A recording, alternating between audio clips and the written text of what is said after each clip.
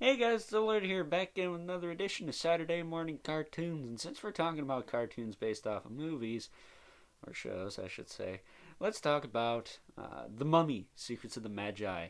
Now, this one's kind of literally, I'm pulling this from my keister because it's been a while since I watched the show. I just watched all of it last year.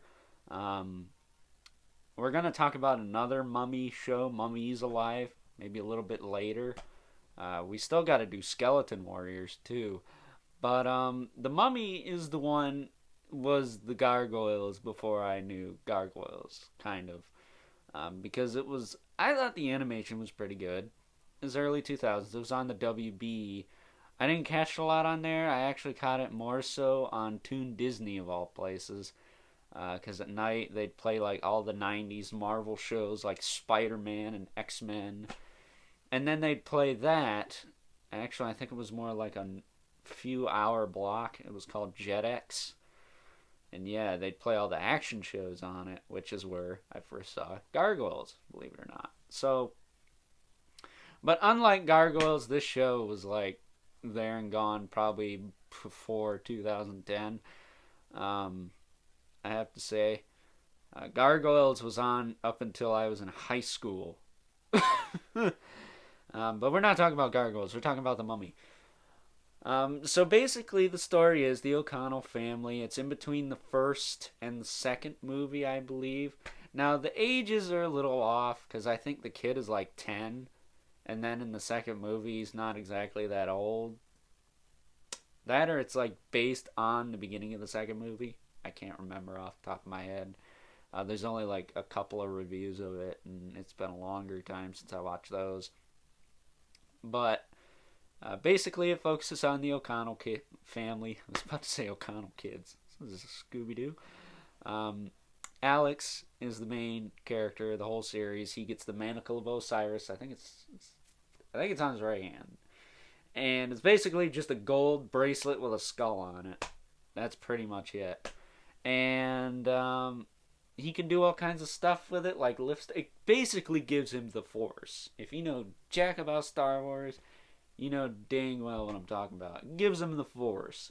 So he can like aim it and lift things, and then it gives him special moves and stuff occasionally, or it'll add to his moves. Because he does know some martial arts and fencing and acrobatics. I mean, kind of have to, but yeah, that's basically the story. He gets the manacle, and Imhotep is resurrected, and he tries to get it from him, which the only way to really do that is to cut his arm off, very Cannibal Corpse style, might I add.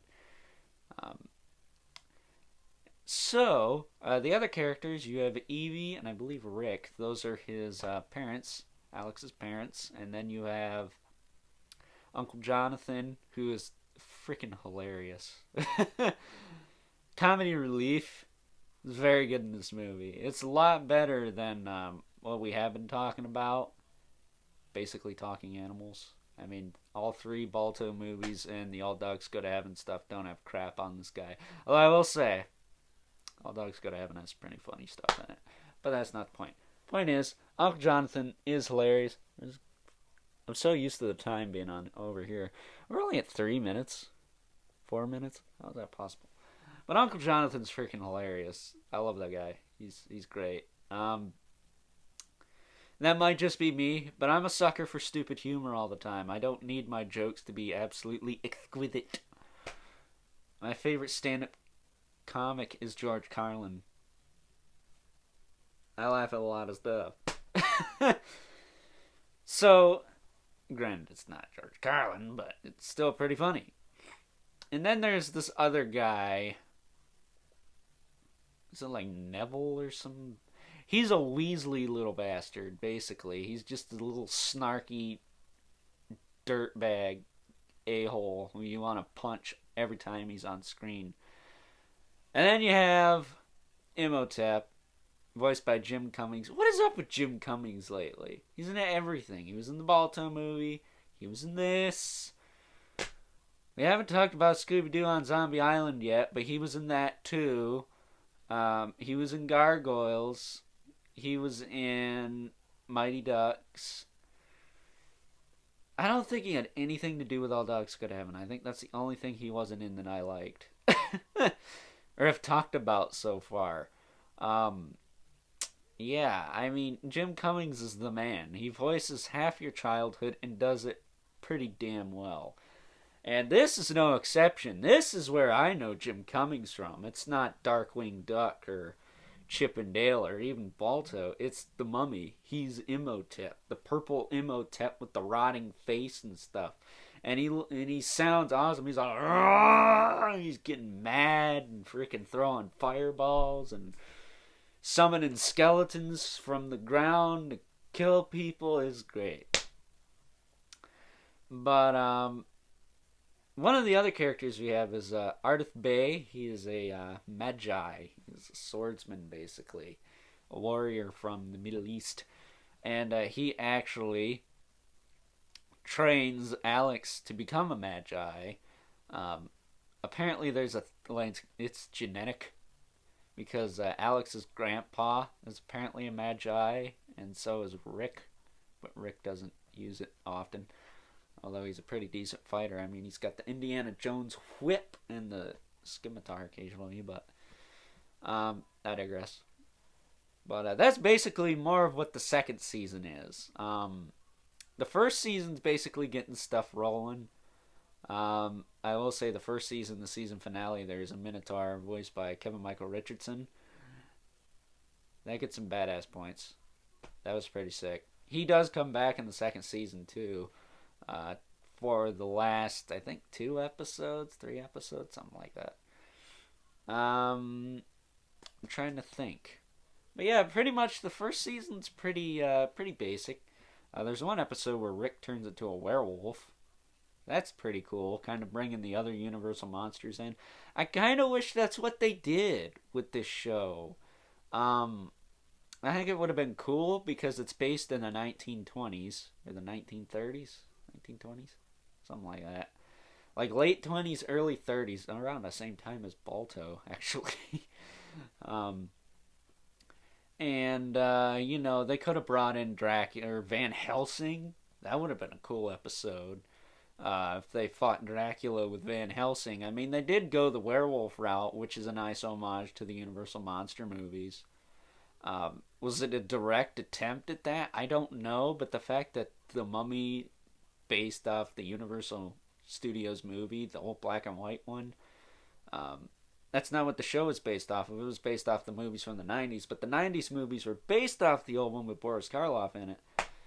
And then they're going through the werewolf thing in the TV show.